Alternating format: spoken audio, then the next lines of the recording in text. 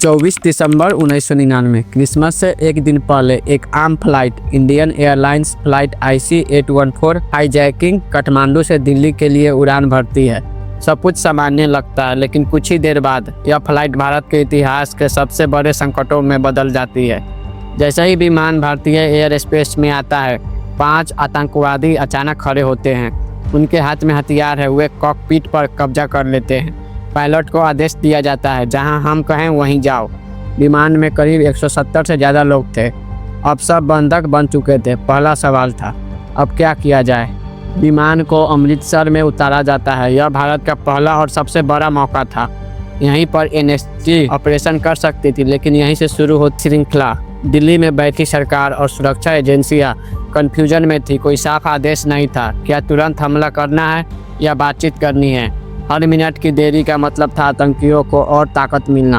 Amritsar airport पर हालात और भी खराब थे। लोकल प्रशासन को पता ही नहीं था कि उन्हें क्या करना है। रनवे ब्लॉक नहीं किया गया। विमान को रोकने के लिए कोई ठोस कदम नहीं उठाया गया। इस बीच आतंकियों ने मांग रखी, फ्यूल दो। अगर उस समय फ्यूल नहीं दिया जाता तो विमान वहीं फंस सकता था। NSG को समय मिल जाता, लेकिन हुआ इसका उल्टा। पहले थोड़ा डिले किया गया, लेकिन फिर आखिरकार फ्यूल भर दिया गया। यही सबसे बड़ी गलती थी। जैसे ही फ्यूल मिला, तुरंत उड़ गया और इसी के साथ भारत के हाथ से गोल्डन मौका निकल गया। अब NSG कुछ नहीं कर सकती थी। अब विमान भारत से बाहर जा चुका था। सबसे पहले यह लाहौर पहुंचा, लेकिन पाकिस्तान ने इसे ज़्यादा देर रुकने नहीं दिया। थोड़ी देर बाद विमान को आगे भेज दिया गया। फिर यह दुबई पहुंचा। वहां कुछ यात्रियों को छोड़ा गया। एक मृत शरीर भी उतारा गया। अब हालात और गंभीर हो चुके थे। आखिरकार विमान कंधार पहुंचता है। उस समय अफगानिस्तान पर तालिबान का नियंत्रण था। अब भारत एक बहुत बड़ी मुश्किल में था। ना वहां सेना भेज सकता था, ना सीधे ऑपरेशन कर सकता था, और ना ही तालिबान पर दबाव बना सकता था। अब यह सिर्फ हाईजैक नहीं था, यह अंतर्राष्ट्रीय कूटनीतिक संकट बन चुका था। भारत को तालिबान के साथ बातचीत करनी पड़ी। एक ऐसी स्थिति जिसमें भारत के पास लगभग कोई लेवरेज नहीं था।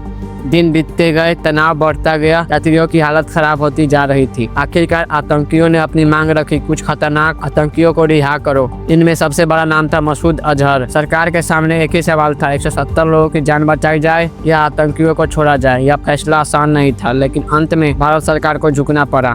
3 आतंकियों को रिहा किया गया और बदले में यात्रियों को छोड़ा गया। यह संकट खत्म तो हुआ, लेकिन इसके दूरगामी परिणाम बहुत खतरनाक निकले। मसूद अजहर बाद में पाकिस्तान जाकर एक बड़ा आतंकी संगठन बनाता है, जिसका असर आने वाले सालों में भारत ने कई हमलों में देखा। अब सवाल यही है, क्या यह सब रोका जा सकता था? जवाब है हाँ। अगर अमृतसर में तुरंत फैसला लिया जाता, अगर रनवे ब्लॉक किया जाता, अगर फ्यूल नहीं दिया जाता, अगर NSG को समय पर तैनात किया जाता, तो यह पूरा हाईजैक वहीं खत्म हो सकता था। लेकिन देरी, कंफ्यूजन और गलत फैसलों ने एक मौके को इतिहास की सबसे बड़ी चूक में बदल दिया। सिर्फ कुछ मिनटों की हिचकिचाहट और भारत एक लोकल क्राइसिस से निकलकर इंटरनेशनल संकट में फंस गया। यही IC-814 की कहानी है, जहां एक मौका खो गया और उसकी कीमत पूरे देश ने चुकाई।